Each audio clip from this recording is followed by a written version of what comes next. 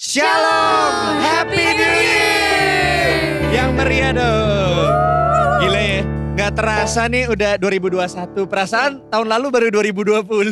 Kan emang Der. Oh emang ya, iya. Tapi meskipun waktu berubah, kasih Tuhan gak pernah berubah. Amin. Yang percaya bilang amin dong. Gila, amin banget ya. Nah makanya hari ini teman-teman kita mau sama-sama memuji menyembah Tuhan. Tapi sebelum itu boleh kita sama-sama berdoa dulu ya. Bapak bersyukur Tuhan buat tahun yang baru ini Tuhan. Bersyukur Tuhan buat semua kebaikan-Mu, kasih setia-Mu Tuhan. Mungkin sampai saat ini situasi belum berubah Tuhan. Masih banyak hal-hal yang sama Tuhan dalam kehidupan kami Tuhan. Tapi kami percaya Tuhan bahwa dengan kasih-Mu Tuhan, dengan kuasa-Mu Bapa, juga dengan kesetiaan-Mu Tuhan kita bisa melewati semua itu Tuhan. Bapa, hari ini kita pengen memuji nama-Mu, pengen menyembah nama-Mu Bapa. Berkati kami supaya hari ini chapel ini gak menjadi sesuatu yang biasa aja, tapi menjadi sesuatu yang membuat kami semakin kenal dengan Engkau. Terima kasih Tuhan. Di dalam nama Yesus yang percaya sama-sama katakan amin.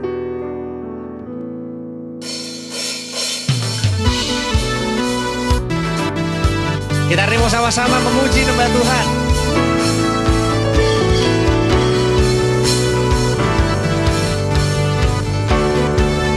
Kita nyanyi sama-sama ya. Woo!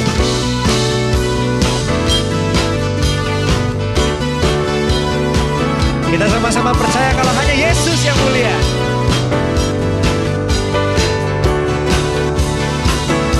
Semuanya.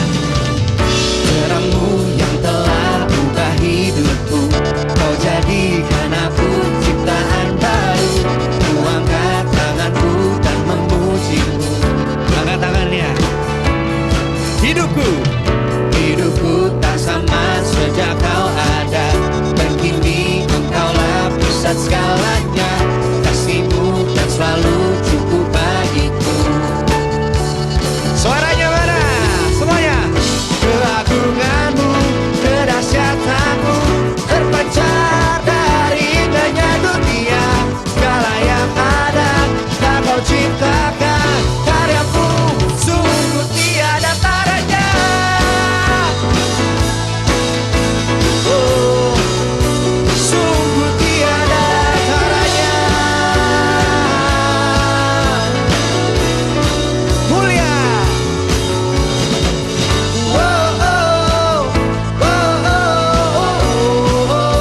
Mulia nama-Mu.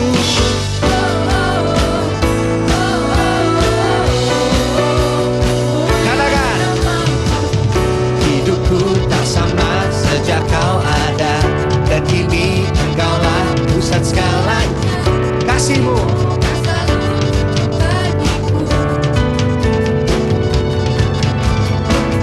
Keagungan-Mu, kedahsyatan-Mu terpancar dari indahnya dunia. Segala yang ada tak Kau cipta, karya-Mu sungguh tiada tandingan.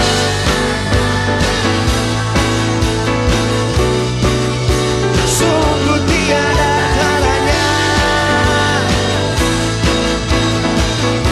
Come on tunas bangsa.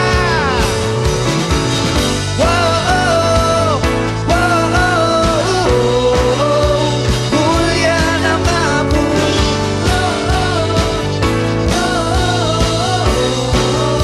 Mulia nama-Mu.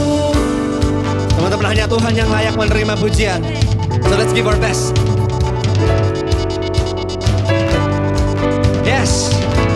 We're gonna sing To God Be the Glory. To God be the glory for the things He's done. To God be the glory for the things He's done. To God be the glory for the things He's done. Amen. To God be the glory for the things He's done.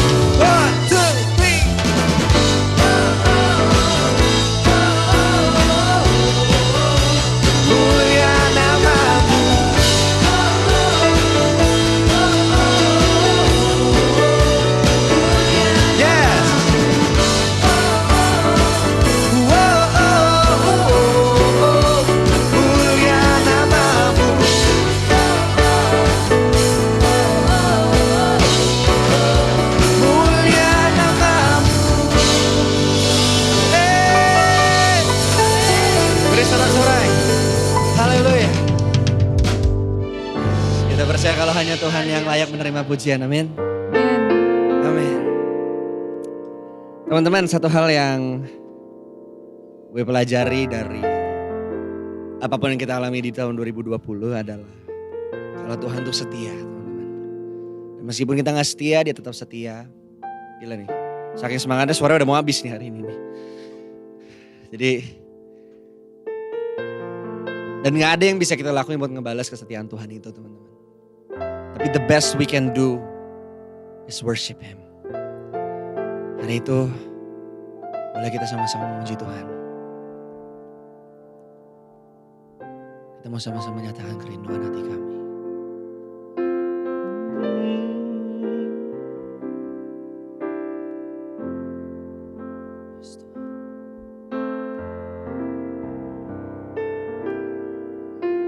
Satu hal yang ku rindu,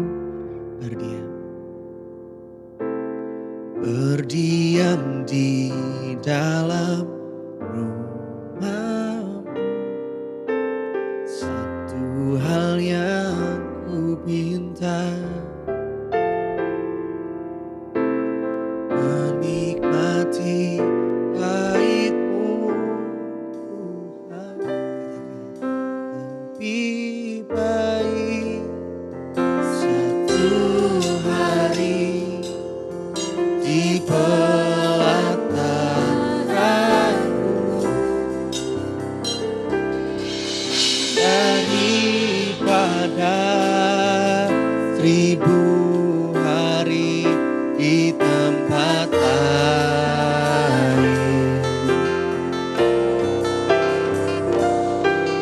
Memuji-Mu, menyembah-Mu, Kau Allah yang hidup, dan menikmati semua kemurahan.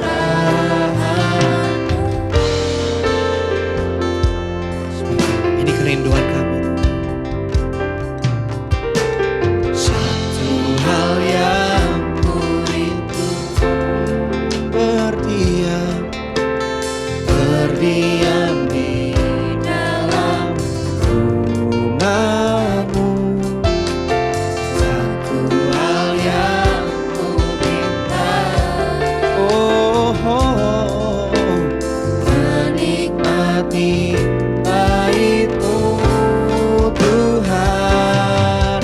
Lebih baik satu hari di pelataran-Mu daripada 1000 hari di tempat lain. Oh, aku memuji-Mu, menyembah-Mu, Kau Allah yang hidup, dan menikmati semua kemurahan-Mu, dan menikmati semua kemurahan-Mu.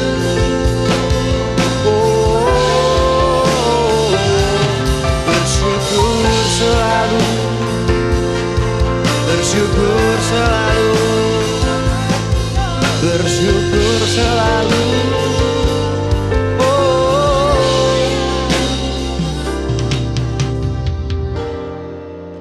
Katakan sama-sama.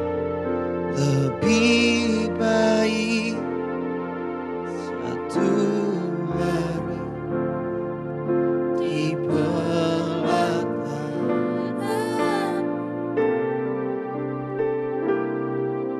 daripada 1000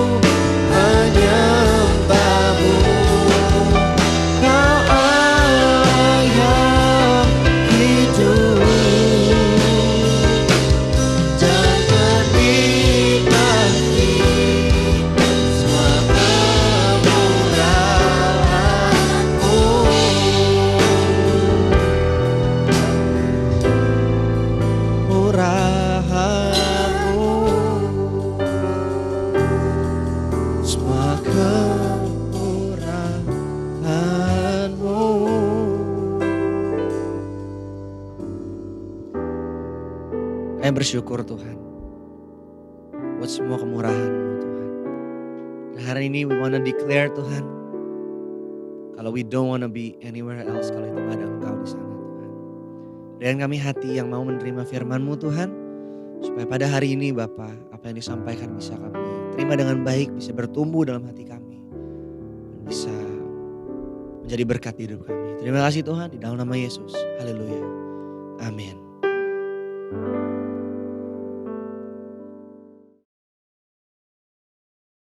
Halo anak-anak, kita ketemu lagi nih di tahun ini pastinya dengan semangat yang baru. Ya, fresh kan habis liburan? Nah, seperti yang sudah kita lakukan di semester-semester sebelumnya, ya tiap semester kita akan belajar satu karakter. Saat ini, semester ini kita akan belajar tentang obedience atau ketaatan. Nah, apa yang terlintas nih di pikiran kalian ketika pertama kali mendengar kata taat? Ya, ayo. Ya, mungkin di pikiran kalian ada yang berkata ketaatan itu sulit, tuntutan, sandar, perintah, otoritas, beban, atau dan yang lainnya ya. Banyak orang yang mungkin diantaranya adalah kita pernah mengalami bagaimana sulitnya untuk taat ya. Ketika orang tua kita memberikan peraturan di dalam kehidupan kita, kita langsung merasa gak suka. Kita merasa hidup kita terkungkung oleh aturan itu. Dan kita merasa ingin bebas dan bertanya-tanya, kapan aku bisa bebas dari rumah? Kapan aku bisa keluar dari rumah? Aduh, pengen cepet-cepet lulus sekolah, pengen lulus SMA supaya aku nanti bisa kuliah di luar negeri, kuliah di luar kota, sejauh-jauhnya. Supaya apa? Supaya kita terbebas dari aturan-aturan yang ada. Ya, biar aku bisa bebas. Ayo, ada yang ngalamin kayak gitu nggak? Atau waktu di SMA ini, aduh bosen nih, SMA sekolah itu banyak banget peraturan. Aku bosan diatur-atur. Aku pengen cepet-cepet lulus dari sekolah ya. Miss pernah bertanya-tanya nih. Miss pernah bertanya kepada beberapa orang, apa sih yang kamu ingat dari sekolah? Dan beberapa dari mereka jawaban itu sama. Sekolah sama dengan aturan gitu. Sekolah sama dengan peraturan. Ya, capek aku tuh Miss, di rumah diatur-atur, di sekolah diatur-atur, hidupku semua serba aturan, hidupku semua serba larangan. Ya, pada akhirnya apa? Pada akhirnya kita itu jadi sebodoh amat dengan yang namanya peraturan. Kita menjadi I don't care, gak peduli dengan yang namanya peraturan. Aku udah gak peduli, aku mau taat atau gak taat, aku sudah tidak peduli dengan peraturan. Nah, coba, apakah saat ini kalian menjadi orang yang seperti itu? Kalian menjadi orang yang benci dengan peraturan, gak suka dengan peraturan, atau kalian masih semangat dengan setiap arahan yang ada? Ya. Nah, di sini kita mau belajar, kenapa sih kita melihat aturan itu sebuah beban untuk kehidupan kita? Atau karena kita mungkin belum menyadari gunanya aturan itu untuk hidup kita itu apa. Atau mungkin kita udah tahu, aku Miss tahu aturan itu dibuat untuk kebaikan kita kan. Aturan itu berguna kan untuk kebaikan kita. Aku udah tahu Miss, tapi tetap aja aku sulit. Aku tertekan untuk aku melakukannya. Aku tuh merasa itu semua beban, sandar yang harus aku lakuin tetapi aku gak mampu melakukannya. Ya, selama kita melihat aturan, arahan, perintah, larangan, itu hanya sebuah tuntutan di dalam kehidupan kita, sampai kapanpun kita akan mengalami kesulitan untuk taat. Ya, ketaatan yang didrive oleh tuntutan akan membuat kita capek dan pada akhirnya apa? Kita enggan untuk melakukannya. Dan pada akhirnya apa? Ya, seperti yang disebutkan tadi, kita jadi tidak peduli untuk kita perlu taat pada peraturan. Ya, kita mau belajar saat ini dari seorang tokoh Alkitab, ya, tokoh yang sudah sangat terkenal pastinya, dan Miss percaya kalian pasti sudah pernah mendengar nama tokoh ini, ya, yaitu adalah Daud, ya. Ya, Daud itu adalah seorang raja Israel, ya, yang sangat terkenal pada zamannya, bahkan sampai sekarang ya. That's why dia menjadi seorang tokoh Alkitab yang menginspirasi kehidupan kita. Sepanjang kehidupannya, Daud dikenal sebagai seseorang yang taat pada perintah Tuhan. Ya, ketaatan dia membawa banyak terobosan di dalam kehidupannya dia. Dia banyak membawa dia kepada kemenangan demi kemenangan di dalam kehidupannya. Dimulai dari bagaimana kalian tahu Daud itu mengalahkan Goliat, ya, mengalahkan Goliat, ya, lalu dia Dia mengalahkan banyak bangsa-bangsa yang menjadi musuhnya dia pada zamannya, ya. Dia membawa banyak kemenangan bagi bangsa Israel itu tersendiri, ya. Nah, padahal ya kita akan belajar di dalam kehidupannya Daud mengalami banyak kejadian yang tidak ideal, ya. Dia banyak mengalami kejadian yang sulit di dalam kehidupannya yang membuat dia bisa banyak mengalami trauma dengan otoritas di atasnya dan terhadap pemimpin-pemimpin di atasnya dia. Ada begitu banyak kejadian yang membuat Daud bisa sangat terluka dengan otoritasnya. Nah, kita mau melihat ya contoh-contoh tersebut. Kita akan buka ayatnya di Mazmur 27 ayat 10. Mazmur 27 ayat 10, ya. Di situ kita bisa baca, sekalipun ayahku dan ibuku meninggalkan aku, namun Tuhan menyambut aku. Ya. Di sini bisa dilihat Daud berkata, sekalipun ayahku dan ibuku meninggalkan aku, namun Tuhan menyambut aku. Di sini Daud merasa ditinggalkan, Daud merasa diabaikan, dia merasa tidak disayang oleh orang tuanya, dia ditinggalkan oleh ayah dan ibunya, yang mungkin membuat dia bisa terluka di dalam kehidupannya terhadap otoritasnya. Kita bisa juga lihat ada ayatnya di Mazmur 119 ayat 54. Kita buka sama-sama. Ya, Mazmur 119 ayat 54. Ketetapan-ketetapanmu adalah nyanyian mazmur bagiku di rumah yang kudiami sebagai orang asing. Ya, Daud diperlakukan seperti orang asing di rumahnya. Dia merasa asing di rumahnya sendiri. Dia merasa tidak ada keamanan, kenyamanan sebagai seorang anak di rumahnya sendiri. Dia merasa tidak dianggap sebagai seorang anak atau bagian dari keluarganya. Ya, dia merasa sebagai orang asing di tengah keluarganya, di tengah kakak-kakaknya yang banyak itu, tapi dia tidak merasa dia sebagai adik dari kakak-kakaknya. Ya, di sini bagaimana dilihat dia diperlakukan sebagai orang asing. Lalu kita mau ngelihat lagi ayatnya di 1 Samuel 16 ayat 11. Lalu Samuel berkata kepada Isai, "Inikah anakmu semuanya?" Jawabnya, "Masih tinggal yang bungsu, tetapi sedang menggembalakan kambing domba." Kata Samuel kepada Isai, "Suruhlah memanggil dia, sebab kita tidak akan duduk makan sebelum ia datang kemari." Nah, di sini kita dapat dilihat Daud tidak diperhitungkan oleh ayahnya sendiri. Di sini kejadian di mana Nabi Samuel diperintahkan oleh Tuhan untuk datang ke rumah Isai karena salah satu dari anaknya Isai ini akan diurapi menjadi raja. Ya, lalu Isai memanggil anak-anaknya kecuali Daud. Ya, nah tapi kenyataannya Kenyataannya bukan di antara kakak-kakaknya yang menjadi raja. Lalu sampai si Nabi Samuel ini bertanya, "Apakah masih ada anakmu yang lain?" "Oh, ada," kata Isai, "tapi sedang menggembalakan kambing domba." Ya, Daud tidak diingat, Daud tidak diperhitungkan oleh ayahnya sendiri. Lalu ada juga kejadian di Mazmur 35 ayat 11. Ya. Di sini Mazmur 35 ayat 11 dibilang apa?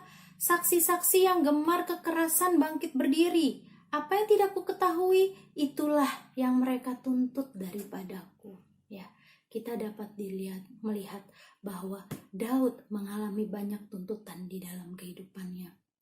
Ya, waktu dia menggembalakan kambing domba, ya, saya percaya Daud mengalami banyak hal. Dia mengalami tuntutan yang besar, pressure yang besar ketika harus apa? Harus menjaga kambing dombanya. Dia dapat menghadapi banyak hal di padang gurun, banyak hal di hutan belantara, di mana ya mungkin tiba-tiba ada binatang buas yang datang yang siap untuk apa? Menerkam kambing dombanya. Ya, Daud dituntut untuk menjaga kambing dombanya. Itu bukan pekerjaan yang mudah di dalam kehidupannya. Ya. Ada satu ayat lagi di 1 Samuel 17 ayat 28a. 1 Samuel 17 ayat 28a. Ketika Eliab, kakak yang tertua, mendengar perkataan Daud kepada orang-orang itu, bangkitlah amarah Eliab kepada Daud sambil berkata, "Mengapa engkau datang? Dan pada siapakah kau tinggalkan kambing domba yang 2-3 ekor itu di padang gurun? Aku kenal sifat pemberanimu dan kejahatan hatimu. Engkau datang kemari dengan maksud melihat pertempuran." Ya, ini adalah perkataan Eliab kakaknya. Ya, Daud sendiri diremehkan oleh kakaknya. Kejadian ini terjadi ketika Daud diminta oleh orang tuanya mengantarkan makanan untuk kakaknya di medan perang melawan bangsa Filistin. Tetapi dia tidak disambut baik oleh kakaknya. Tetapi apa? Dia diremehkan, ya. Dia dianggap seseorang yang seharusnya tidak ada di medan perang itu. Ya, bahkan kakaknya itu berpikir negatif terhadap dirinya. Daud tidak dikenali hatinya oleh kakaknya sendiri. Ya, kita dapat lihat. Dan kita dapat lihat kejadian ini sebenarnya setelah itu, pada hari itu, ya, Daud justru mengalahkan Goliat. Daud mengalahkan musuh bangsa Israel itu sendiri. Ya. Anak-anak, bagaimana dengan kehidupanmu? Bagaimana dengan hidup kalian? Apakah kalian pernah menggali lebih dalam? Kenapa? Why? Kenapa kalian itu sulit untuk taat? Apakah kalian itu tidak mau taat karena kalian pernah punya luka kepada otoritas kalian, trauma terhadap otoritas di atasmu? Ya, jangan-jangan kalian pernah mengalami otoritas yang melukai kalian, yang membuat kalian merasa marah, membuat kalian merasa kecewa, membuat kalian merasa sedih, dan pada akhirnya kalian enggan, kalian kapok untuk kalian hidup taat. Contoh, misalnya orang tua kalian, ya, seringkali mungkin waktu kalian taat, kalian tidak mendapatkan pujian, kalian tidak mendapatkan apresiasi atas ketaatan kalian. Tetapi waktu kalian nggak taat, kalian malah diomelin. Ya, pada akhirnya itu membuat kalian, udahlah, aku udah gak mau taat. Taat atau tidak taat sama aja. Kalau taat aku gak diapresiasi, aku tidak dipuji, aku tidak mendapatkan apa yang aku inginkan. Tetapi kalau aku gak taat, aku malah diomelin. Ya, taat gak taat sama aja untuk aku. Apakah kalian mengalami seperti itu? Atau mungkin kalian pernah mengalami orang tua kalian menjanjikan kalian sesuatu waktu kalian taat, tetapi waktu kalian melakukannya ternyata orang kalian lupa memberikan apa yang mereka janjikan. Di situ kalian apa? Kalian menjadi kecewa dan sedih dan marah, dan kalian enggan untuk taat. Atau di sekolah, ya, waktu kalian melihat sekolah itu adalah tempat untuk mendidik kalian, ya, kalian perlu taat kepada aturan dan kalian mau mengikuti aturan itu. Ya, kalian diminta guru untuk mengerjakan tugas dengan jujur, untuk mengerjakan ujian dengan jujur. Kalian belajar dengan sungguh-sungguh. Tapi ternyata teman-teman kalian itu malah membuat grup contekan. Dan lebih parahnya lagi, ternyata teman-teman kalian yang menyontek itu dapat nilai yang lebih bagus dibanding kalian yang sungguh-sungguh belajar. Nah, di situ kalian menjadi patah semangat. Di situ kalian menjadi kecewa dan putus asa. Dan pada akhirnya apa? Kalian berpikir, ya udahlah, aku udah gak perlu menjadi anak yang jujur. Aku udah gak perlu taat lagi sama guru. Ya udahlah, aku ikutin aja teman-temanku. Kalau mereka bisa dapat nilai bagus dengan cara gitu, ya kenapa tidak aku ikutin cara mereka? Ya, pada akhirnya apa? Kalian sudah tidak mau lagi untuk taat. Ya, atau kalian pernah juga misalnya mengalami apa? Kakak rohani, pembina rohani kalian mengatakan bahwa pornografi itu dosa, kalian gak boleh jatuh ke dalam dosa pornografi, itu gak boleh, itu salah gitu. Tapi ternyata di kemudian hari kalian menemukan bahwa kakak pembina kalian justru yang jatuh di dalam dosa pornografi. Di situ kalian menjadi kecewa, di situ kalian merasa, loh, pembinaku yang ngomong kalau pornografi itu dosa, tapi mereka sendiri jatuh ke dalam pornografi. Mereka gak bisa jadi teladan di dalam kehidupan aku. Buat apa mereka nyuruh taat kalau mereka sendiri gak bisa taat? Dan pada akhirnya apa? Kita menjadi kecewa lagi. Kita menjadi terluka lagi. Kita menjadi marah lagi. Dan itu memperkuat kita untuk kita tidak perlu taat.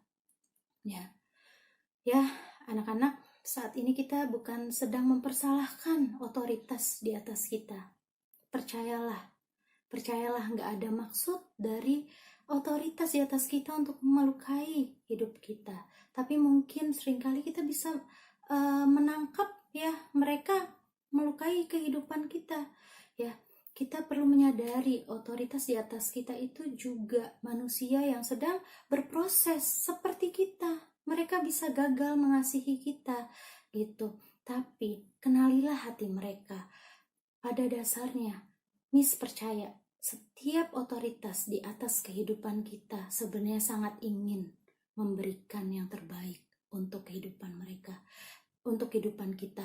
Di tengah keterbatasan mereka, mereka menyayangi kita, mereka mengasihi kita, dan mereka ingin memberikan hal yang terbaik di dalam kehidupan mereka.